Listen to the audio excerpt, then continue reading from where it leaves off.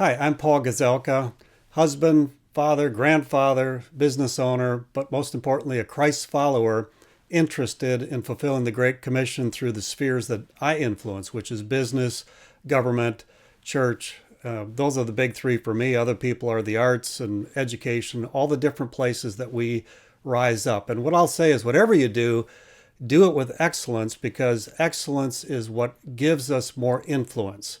And so become the leader that God's made you to be. A couple of things I want to share about when I was the Senate Majority Leader, because that gave me tremendous influence and thinking about how I could help Minnesota, praying about how I could help Minnesota.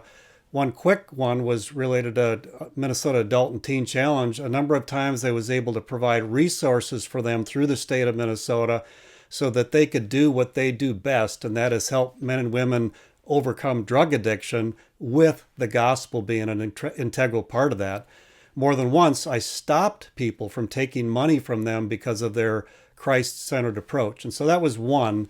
Another story that comes to mind is what happened after the death of George Floyd, the riots in Minneapolis, and my desire to try to do something in an area that I really wasn't that comfortable in. I hadn't been into North Minneapolis very often, and I decided I felt like I was supposed to go down there.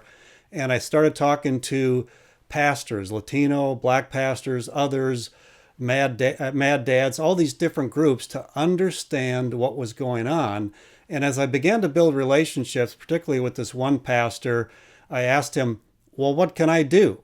And he said, we need jobs for our young people. That's what we need.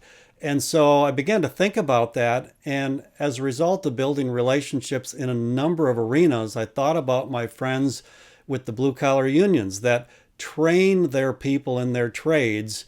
And I approached one of them and I said, hey, would you be willing to come with me down and talk to this pastor about what we might be able to do to create a pipeline for people in his church that are looking for jobs but need to build a skill set to be able to do it? And he said yes. And so the first meeting, I came down there with them and we talked. He had at least one other meeting with them. And I don't think they've solved it yet because of it's hard. Many of them don't have cars and they have to figure out what are they going to do about that. But we began to think about what could be. And that's how different spheres can work together, government, business, the church, to begin to influence a region, a city, a state with the gospel, with God ideas to bring transformation.